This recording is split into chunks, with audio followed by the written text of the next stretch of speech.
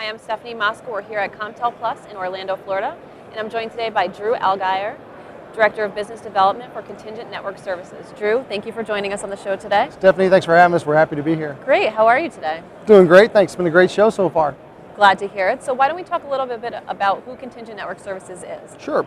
In a nutshell, we're a global IT infrastructure support company. So when you think in terms of installations and deployments or ongoing break-fix work for really large enterprise or telecom service providers, that's our core competency going back 27 years. Gotcha. So you guys offer a lot of different products.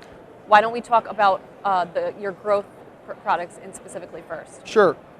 To give a bit of background, our core legacy products would be our MacWorks installation deployment service and the NetMedics, which is our ongoing dispatch or break-fix service. So that's the foundation of the company going back 27 years. Over the time, what's happened is service providers and other clients have started outsourcing their logistics services to us as well. So whereas we would typically, in the client lifecycle, be focused on getting a tech on site to do some sort of work at the physical layer, now we're actually inventorying equipment in our warehouse, depoting it, pulling the equipment off, configuring it, shipping it to site, basically taking over all the warehouse operations for customers. And that's our logistics service, which has become a big growth product for us, as well as EverWorks Managed WAN. Those are the two big growth products for us now, on top of our core. Can you elaborate a little on the EverWorks product? Yeah, absolutely. EverWorks came about when some of our, keeping in mind that a lot of our clients are large national retailers, and our target market is typically clients that have no less than 250 locations, but really several hundred to several thousand locations. And because they're retailers, not all of them, but the majority of them, they have needs for PCI DSS compliance, network security. And as you can, in the media you've seen over the years, all the terrible stories about cardholder data being stolen or networks being hacked into and so forth. So we came out with EverWorks to provide a managed WAN service for companies like that who had hundreds or thousands of invoices from multiple providers and an unmanaged network without security. And so we were approached originally by Procter & Gamble, who's been a client of ours for many, many years. It started with them about 8 years ago. But really over the last 24 to 36 months, we've had no less than probably 600% growth in that sector, because when we go out and deploy the EverWorks service, the client's getting complete consolidation from not only a billing standpoint, but they're getting a PCI DSS compliant network, and we are in fact managing it, monitoring it 24/7 by 365 with an SLA that's automated. So there's no other provider out there, managed service provider out there, that has an automated SLA or the type of SLAs that we have. It's been phenomenally received, and it's huge for us. Well, that's great to hear. Now, being so immersed in the IT market, are you seeing any trends being prevalent right now? Lots of trends. More and more we're seeing recently, and you might attribute it to the economy, I'm not sure, but we see IT shops that have fewer people, okay? They may have had a big help desk or a lot of people on their IT staff that are effectively trying to outsource more because they don't have the same budgets that they did.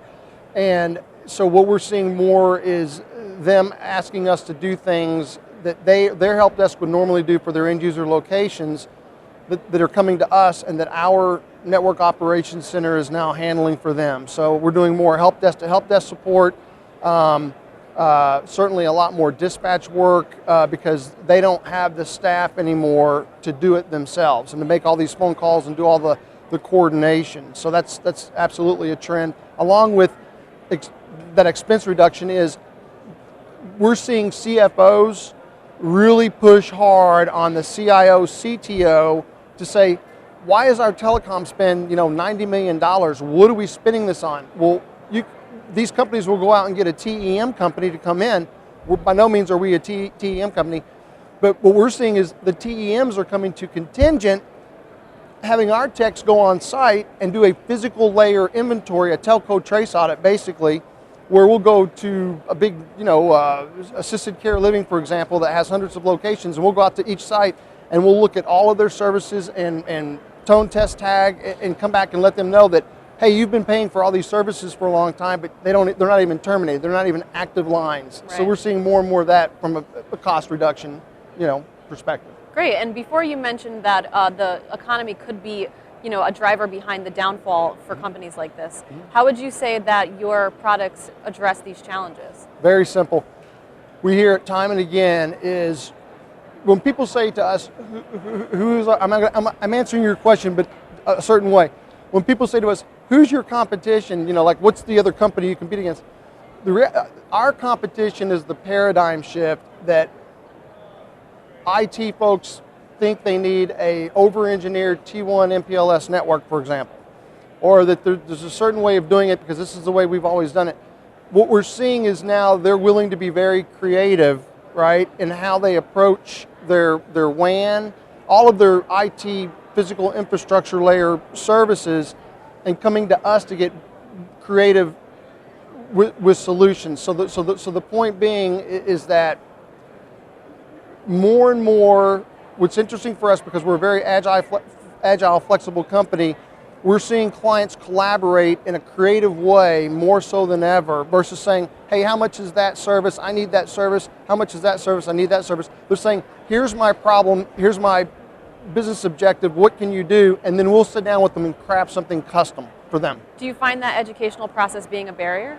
No, it's fun for us. That's the thing about Contingent, and the reason I love it is we're very creative. We don't walk out the door each day saying, these are my 4 products to sell, or these are the 5 things we do. We say, this is what we do at our core, but what do you need, Mr. Client, Mrs. Client? What are your objectives? And let's craft something. And that's the fun thing about us. So it's definitely customizable based on the customer. Highly customizable. There is no one size fits all.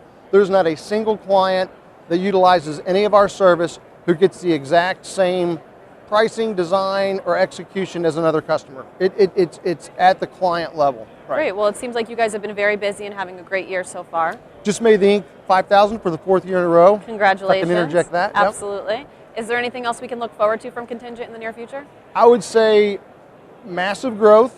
I would say that you'll see some interesting headlines. I can't go into details right now, but you'll see some interesting media releases coming out probably in the next 3 or 4 months about some new partnerships that are of a national scale, as well as our expanded work regarding IP telephony and all the deployments we're doing as more and more service providers are deploying hosted IP. We've made some recent agreements such with BroadSoft, who obviously has multiple providers like XO Communication, who's also a client of ours, selling more and more hosted IP, and so you'll hear more about that aspect of the business. We definitely look forward to seeing that news in the future. Yep. Drew, thank you so much for being here today. Stephanie, thanks for having us. Pleasure to have you.